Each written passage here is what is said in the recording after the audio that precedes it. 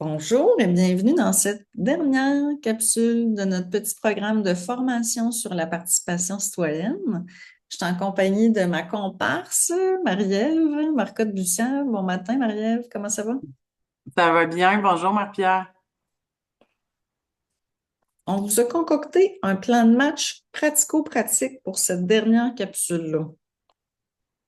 On s'attend à ce que vous ayez déjà vu des capsules précédentes où est-ce qu'on explique le projet, où est-ce qu'on explique les objectifs.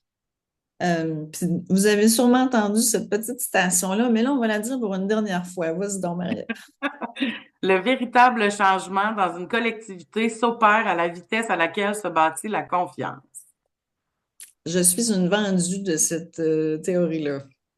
Donc là, on s'est dit, hein, on veut un espace un petit peu cosy, confortable, pour se poser des bonnes questions, savoir comment se rapprocher ou conserver ou améliorer nos liens avec nos citoyens et citoyennes. Fait qu'un retour bref, là, on a parlé dès le départ là, de la plus-value de la participation citoyenne pour développer sa communauté. On a amené là, l'idée de se mettre en empathie envers les différentes personnes concernées par nos projets pour essayer de se mettre dans leur peau puis de voir c'est quoi leur préoccupation première. Ensuite, on a parlé de communication puis de comment établir les bonnes relations. On a abordé la question des tensions et des conflits dans notre dernière capsule. Et là, on est rendu au plan de match pour faire équipe avec sa communauté. Le plan de match a des étapes à suivre, Marie-Pierre. Le premier, c'est bien sûr définir les besoins de la communauté. Chacune de ces étapes-là, on va les voir un peu plus tard. Donc, la deuxième étape, c'est déterminer le degré d'engagement nécessaire. La troisième étape, c'est se doter d'une stratégie adaptée à son contexte municipal. En quatrième étape, on va prévenir et gérer les tensions pour favoriser un dialogue constructif. Ensuite, on va mettre un plan en place de suivi et d'évaluation pour renforcer la confiance. Puis, on va formaliser les pratiques, porteuses et assurer leur pérennité. Ça fait beaucoup de mots en P. Oui, c'est vrai. Fait que Donc, l'étape 1, définir les besoins de la communauté. On a plusieurs questions à se poser, hein. C'est quoi la réalité actuelle dans notre municipalité en matière de participation citoyenne? Est-ce que ça va bien? Est-ce que nos gens sont impliqués? Est-ce qu'on a des revendications de la part des citoyens? Qu'est-ce qui se passe? Est-ce qu'il y a des enjeux ou des projets qui nécessitent une implication citoyenne accrue? Est-ce qu'on a dans nos cartons des projets où il y aurait une plus-value d'impliquer les citoyens? Il faut se poser comme question aussi quels groupes de citoyens sont concernés, quelles sont leurs attentes, puis après ça, quels sont les freins potentiels à la mobilisation de la population. Donc, il faut faire un diagnostic, là. Comment ça va? On a-tu besoin des citoyens? Sont-ils déjà impliqués?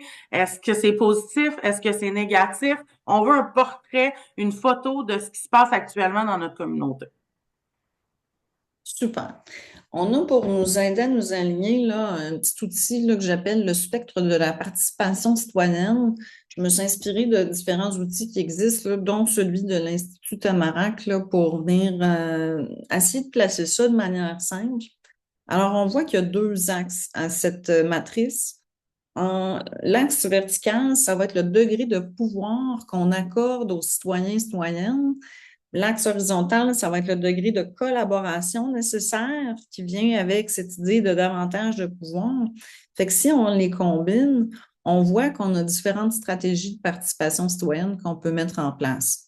On connaît tous et toutes la stratégie de l'information, hein, puis on a mis l'accent beaucoup là-dessus depuis le début là, du programme, sur l'importance de bien transmettre l'information au bon moment, les bons canaux. Ensuite, on a la consultation individuelle qui va prendre plus la forme d'un sondage, par exemple, là, ou d'aller chercher de l'input là, citoyen par citoyen. Ce type de consultation-là, habituellement, ça vient donner le pouls à la municipalité, par exemple, aux décideurs, puis pas nécessairement de retour. Tu sais, on va pas nécessairement, on rend pas de compte sur ce qu'on a entendu. Fait qu'il y a quelque chose d'unidirectionnel, puis d'assez, les citoyens n'ont pas tant de pouvoir. Ils se sont exprimés dans un cadre bien précis. Quand on va dans une consultation collective que j'appelle, ça, c'est si on décide de faire ce qu'on a fait, mettons, à Saint-Majoric de Grande-Tame dans la phase 1 là, du projet pilote de mon milieu dynamique. Fait qu'on a fait une conversation citoyenne avec l'ensemble des gens qui étaient intéressés de participer pour imaginer, rêver le futur du centre communautaire, entre autres, là, puis toute la question des loisirs dans la municipalité. Fait que les gens étaient présents en gang, ils étaient organisés autour de tables de travail, puis il y avait des ateliers à faire. Fait que là, ils ont pu s'inter-influencer, puis nommer c'était quoi leurs aspirations d'une manière beaucoup plus constructive. Ensuite, on peut tomber dans le stade de la codécision. Fait que ça va être, par exemple, si on met en place un comité citoyen, un comité de... Moi, j'ai vu récemment, là, genre, comment ils appelaient ça, là, c'est un comité d'ambassadeurs qui représentait différents groupes de citoyens, là, puis qui avaient qui avaient la responsabilité de consulter l'organe, puis eux-mêmes, quand ils étaient ensemble, ils étaient décisionnels par rapport à l'avancée d'un projet. Puis là, la co-gestion, c'est le stade ultime là, où est-ce qu'on va vraiment gérer, par exemple, nos installations communautaires en commun avec un groupe comme la FADOC. Fait que là, on décide en gang. Fait que ce qu'on comprend ici, là, c'est que plus qu'on souhaite accorder, dépendamment de notre contexte, notre projet, comme on a défini dans l'étape numéro 1, plus qu'on souhaite accorder de pouvoir parce qu'on a besoin des citoyens, là, tu sais, souvent, c'est ça l'idée, là, c'est qu'on ne peut pas faire les projets sans eux. Ben, ça va prendre plus de collaboration, plus de soutien, plus d'outils, plus de gens compétents, d'accompagnement, donc, pour développer cette capacité-là à travailler ensemble, là. C'est ça le défi. Marie-Pierre, je veux ajouter, là, c'est écrit Oui. en bas, cet outil-là a été développé dans le cadre de la phase 1 là, d'accompagnement avec les municipalités. Puis je le répète, cet outil-là se trouve sur le site Internet du milieu dynamique si vous voulez l'explorer plus en détail. Oui, puis s'il est encore plus étape par étape, l'outil, là, il est vraiment conçu là, pour sortir de là, là, avec un plan de match vraiment clair, là. Il y a plus de détails. Vas-y donc. Déterminer le degré d'engagement nécessaire, c'est l'étape numéro 2. Donc, en fonction des besoins, quel est le niveau d'engagement qu'on souhaite obtenir des citoyens, des citoyennes? Là, on l'a vu hein, sur l'échelle de la participation citoyenne. Et quel est le niveau d'engagement qui est attendu des citoyens et des citoyennes? Nous, on peut aussi avoir une idée de l'engagement, mais peut-être que les citoyens veulent, eux, s'impliquer peut-être un peu plus ou peut-être un peu moins. Quels sont les éléments du projet qui sont ouverts à la discussion et à la co-construction? C'est bien de définir aussi à quelle étape, quelles sont les conditions du projet qu'on veut soumettre aussi là, à la discussion avec les citoyens. Il faut réfléchir au degré de pouvoir que l'on souhaite accorder aux citoyens et aux citoyennes, puis quels sont les mécanismes de collaboration qu'on doit mettre en place pour habiliter les citoyens et les citoyennes à participer pleinement. Tu en as parlé à Saint-Majoric là, du World Café qui avait eu lieu. Donc, il y a beaucoup d'outils, il y a beaucoup de guides d'animation aussi qui peut nous permettre justement d'animer des consultations ou d'animer des ateliers avec les citoyens. Le site Internet Mon Milieu Dynamique en propose certains, donc je vous invite là à consulter. Puis souvent, c'est des clés en main, ces guides d'animation-là. Là. Communagir, le site Communagir en a beaucoup aussi. Hmm. Donc, n'hésitez pas là, à aller voir des techniques d'animation d'ateliers. Là, il y en existe beaucoup. Oui. Puis là, j'ai le goût de revenir avec une stratégie d'engagement. Ça, c'est nos différents paliers du spectre, là. Fait que je vais arriver avec un exemple. Dans une municipalité près de chez moi, disons-le comme ça. Il y a des projets de développement touristique durable, mais des projets aussi de préservation, de conservation de la nature. la municipalité s'est portée un petit peu en leadership là-dedans, là, avec la volonté d'aller chercher un statut de paysage humanisé, puis de créer une réserve de biodiversité. Donc là, plein de beaux projets sur la table. Et là, c'est de voir jusqu'où, tu sais, c'est quoi le minimum requis qu'on a besoin d'aller chercher avec nos citoyens pour générer de l'engagement puis de l'adhésion au projet. Fait que si on regarde au niveau de l'information, tu sais, c'est quoi? Parce que là, ça a créé, dans ce cas-ci, là, c'est que ça a créé beaucoup de tensions, là, parce que ça a été long avant que les gens aient accès à l'information. Puis une fois qu'ils ont eu accès à de l'information, ils ne faisaient pas confiance non plus nécessairement. Fait que là, comment est-ce qu'on peut amener les objectifs de l'aire protégée, par exemple, les, le déroulement comment ça fonctionne pour obtenir un aire protégé, qu'est-ce qui revient comme coût à une municipalité ou pas? Il y avait beaucoup de questions que les gens se posaient. Donc, la première étape, c'est clair, c'est de les nourrir à ce niveau-là, hein, si on ne veut pas que ça dégénère. Ensuite, on peut aller chercher l'opinion individuellement, donc faire un sondage. On a parlé, on pourrait avoir une plateforme web où est-ce qu'on propose différentes options, puis les gens peuvent se prononcer là-dessus. Fait que là, l'idée, c'est vraiment d'aller chercher de l'input direct. Consultation collective. Il y a eu il y a eu la création d'un comité là, plus là, avec des gens tu sais, influents de la communauté. Il y a eu des petites assemblées de cuisine aussi là, pendant un été de temps. Puis il y a eu une séance publique là, de co-construction. OK?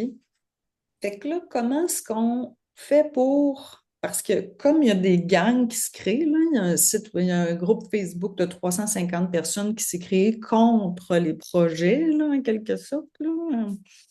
Fait que là, qu'est-ce qu'on fait avec ça, là, tu sais, pour faire en sorte que ces gens-là soient mis à partie, puis soient entendus, puis qu'ils puissent éventuellement influencer les projets, là, parce qu'il n'y a rien de définitif là-dedans, là. Fait que c'est quoi qu'on peut se doter comme espace, comme mécanisme pour faire en sorte que les gens puissent s'exprimer et s'entendre mutuellement. Fait que ceux qui sont contre les projets, ceux qui sont pour les projets, n'ont pas encore eu l'occasion vraiment de se parler dans un contexte fécond, sécuritaire. Ensuite, quand on arrive dans l'étape de la codécision, ben là, est-ce que, tu sais, on peut qu'est-ce qu'on peut mettre en place dans ce cas-ci pour que les citoyens se sentent un réel pouvoir d'influence? Là, il y a des gens qui ont nommé le fait qu'ils voulaient faire un référendum sur chacun des projets de développement là, au niveau environnemental. Fait que ceux qui sont contre souhaiteraient, tu sais, avoir l'occasion de dire non. Mais qu'est-ce qu'on peut faire d'autre qu'un référendum? Tu sais, qu'est-ce qu'on peut mettre en place? Un comité citoyen, tu sais, qui se fait donner davantage de pouvoir, puis qui est formé, qui devient compétent pour bien comprendre tous les enjeux.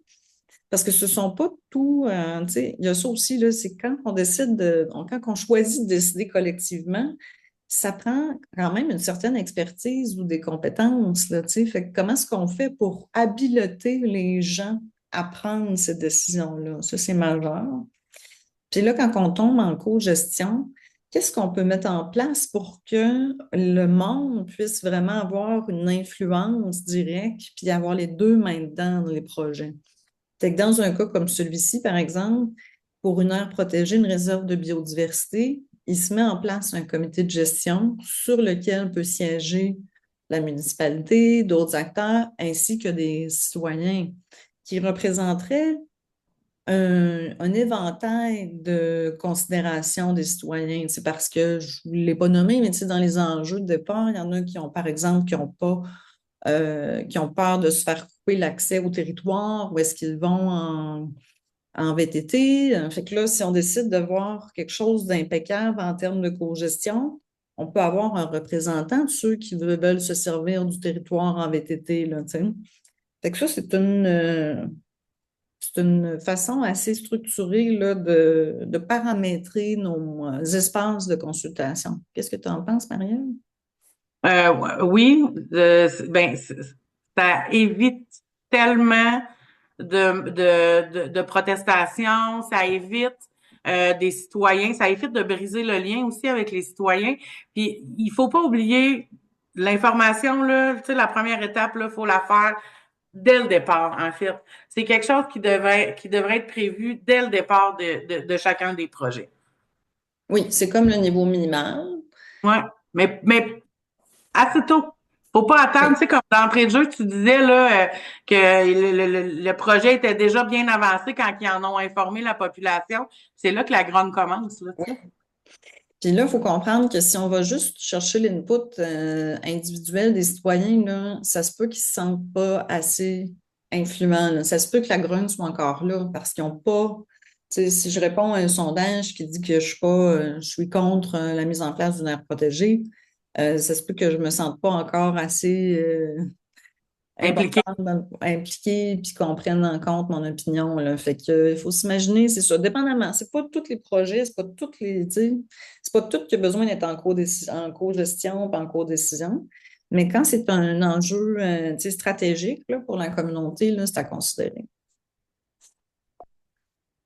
Ça pourrait être un vœu, tu sais, d'aller le plus possible dans tous les projets en co-décision, en co-gestion. Ben oui. Veux-tu nous présenter l'étape 4? Oui, prévenir et gérer les tensions pour favoriser un dialogue constructif. Quels signaux avant-coureurs de tension devons-nous surveiller? C'est une question qu'on doit se poser. On en a parlé hein, dans une capsule auparavant. Quel outil de médiation pouvons-nous utiliser pour anticiper et désamorcer les conflits? Puis, comme outil de médiation, ça peut aussi être une ressource externe là, qui vient Oui. nous accompagner pour ça. Il faut se questionner sur comment répondre aux critiques et aux inquiétudes de manière constructive aussi. On en a parlé, ne pas les éviter, mais bien reconnaître l'expertise des citoyens et travailler à répondre et à créer un lien de confiance avec ces gens-là. Puis quels acteurs et actrices peuvent agir comme facilitateurs, facilitatrices de dialogue? On en a parlé souvent, nos leaders de communauté, là. Est-ce qu'on peut en faire des alliés dans cette discussion-là avec les citoyens? Mhm. Puis, je reviens sur les espaces, tu sais, où est-ce que les gens peuvent s'exprimer, là.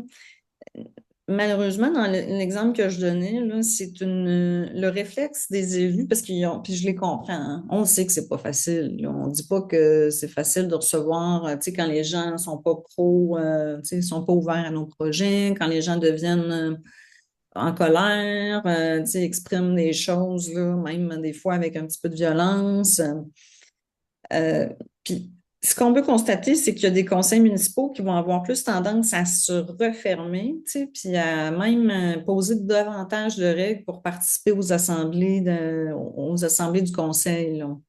Fait que ce qui est arrivé récemment, c'est qu'ils ont imposé une nouvelle règle d'envoyer les questions à l'avance pour les citoyens. Comme ça, bon, ça leur permet de préparer les réponses, parce que des fois, ils n'ont pas l'information à tout ce qu'on leur demande, mais ça rendait un petit peu ça moins ouvert, un petit peu moins démocratique, où est-ce que tout le monde peut s'exprimer.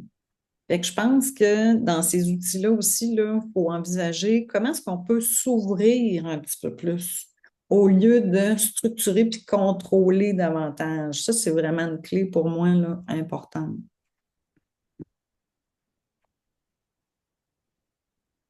Une fois qu'on a mis tout ça en place, ça nous prend un suivi puis une évaluation pour renforcer tout ça, là.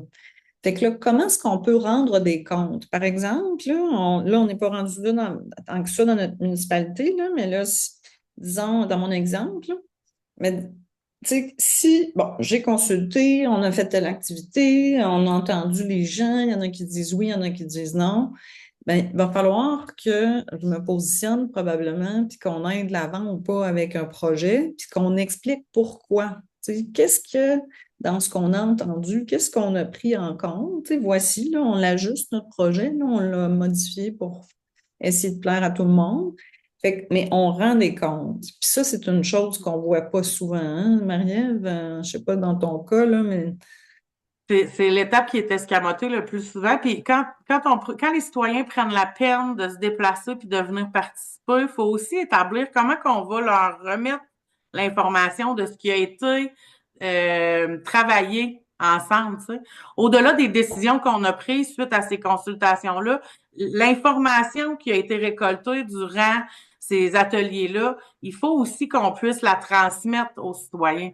Ouais. Fait que c'est quoi qu'on peut mettre en place comme outil pour récolter des retours, disons, des citoyens aussi, puis à chaque démarche, à chaque fois qu'on fait de la participation citoyenne, on peut se doter vraiment à l'interne. Tu sais, si on a une personne, là, un agent de développement et de loisirs qui prend ça en charge, tu sais, la personne peut se faire colliger l'info. Qu'est-ce qui marche avec notre communauté? Qu'est-ce qui marche moins bien? Puis de mesurer l'impact des initiatives. Tu sais, qu'est-ce que ça a donné comme pour tu sais, par exemple, je sais pas, moi, on a fait une affaire là, super sophistiquée, ça nous a coûté des milliers de dollars, puis finalement, personne n'est venu parce qu'il ne se sentait pas interpellé. Ben ça, il faut le nommer, tu sais, faut le prendre en compte pour la prochaine fois. Hein? Fait que qu'est-ce qu'on doit ajuster dans nos pratiques? Puis comment est-ce qu'on peut communiquer les résultats de ce qu'on a atteint? Et de mettre en valeur les réussites, hein? De valoriser, tu sais, disons, on a fait une belle petite démarche de participation citoyenne, il y a eu 50 personnes qui ont participé, il y a eu un groupe d'enfants à l'école alternative qui a fait un atelier. Fait que là, on va mousser ça un peu puis mettre ça en valeur.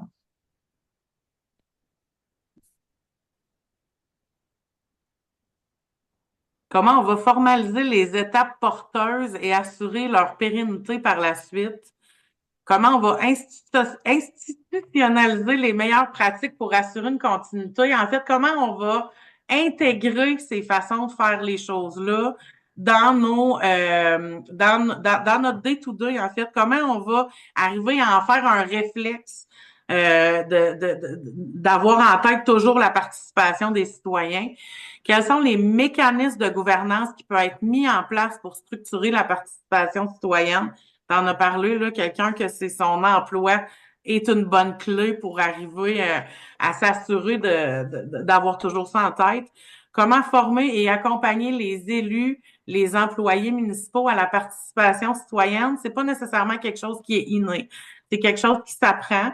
C'est quelque chose qui se travaille aussi. C'est quelque chose qui se pratique. Hein? On va faire des essais-erreurs, puis on va arriver à trouver les meilleures méthodes à travailler avec nos citoyens.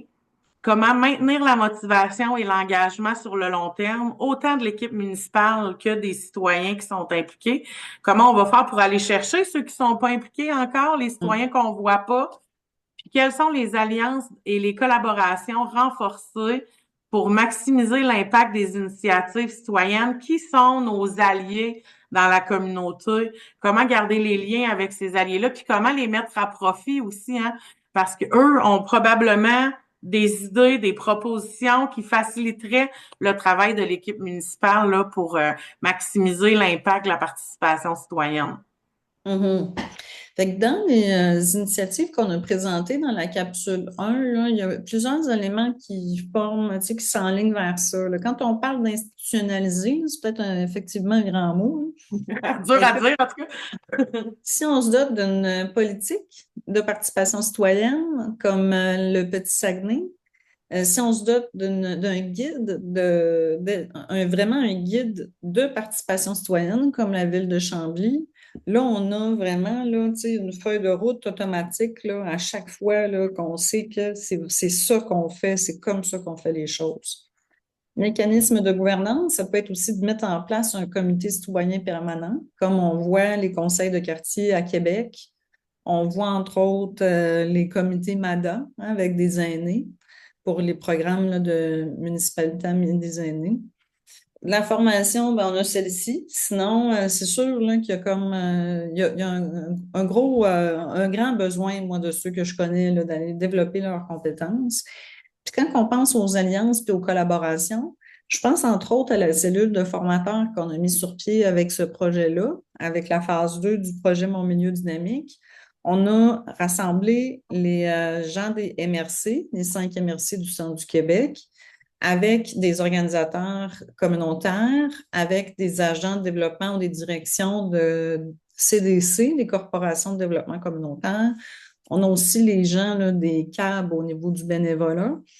Fait que ce monde-là, dans la région, ce qu'on souhaite, c'est qu'ils deviennent vraiment des piliers de la participation citoyenne, puis qu'on puisse, tu sais, si on a, mettons, un enjeu au sein de notre communauté, on aurait besoin d'un facilitateur pour une rencontre, on aimerait, tu sais, aller suivre une formation.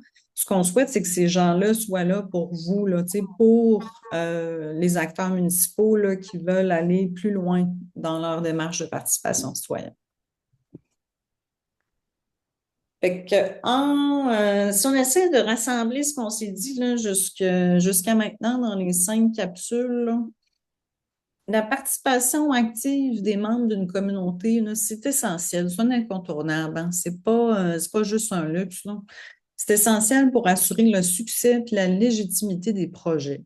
Hein. En partant, là, si on est d'accord avec ça, c'est important aussi de comprendre en profondeur c'est quoi les motivations, les besoins, les craintes de la population pour vraiment être dans l'ouverture puis établir un dialogue qui est plus ouvert. Hein. Il y a toutes sortes de techniques puis des principes de communication qui vont permettre de construire la confiance. Fait que si on a vu ça dans la capsule numéro 3, ça va favoriser une relation de respect mutuel entre ceux qui ont des responsabilités de décision officielles puis les membres de la communauté. C'est important aussi d'apprendre à anticiper les dérapages potentiels. Fait qu'en amont, on est à l'affût des signes avant-coureurs de tension puis d'être en mesure de gérer les conflits avec des techniques de médiation là, pour maintenir des bonnes relations, parce qu'on le sait, quand ça s'est mal passé une fois, ça a des répercussions. Là, les gens, ils vont rester aux aguets puis sur leur garde si on ne fait pas bien les choses. Là. Fait que là, comment est-ce qu'on fait pour que ça se déroule de manière constructive? Et donc, à la fin, notre dernière clé, c'est de s'engager à appliquer ces apprentissages-là pour permettre de garantir une amélioration continue des relations. Parce qu'on ne prétend pas qu'avec ces clés-là, puis avec le contenu de formation, tout va être rose, parfait et lisse, là. Ça va toujours rester un petit peu challengeant, hein, je pense, Marie-Ève, là. Mais d'après Oui, moi, dépendamment, puis ouais. dépendamment des projets et des situations qui arrivent dans notre municipalité, ça va être en mouvance tout le temps, là. Mhm. C'est ça.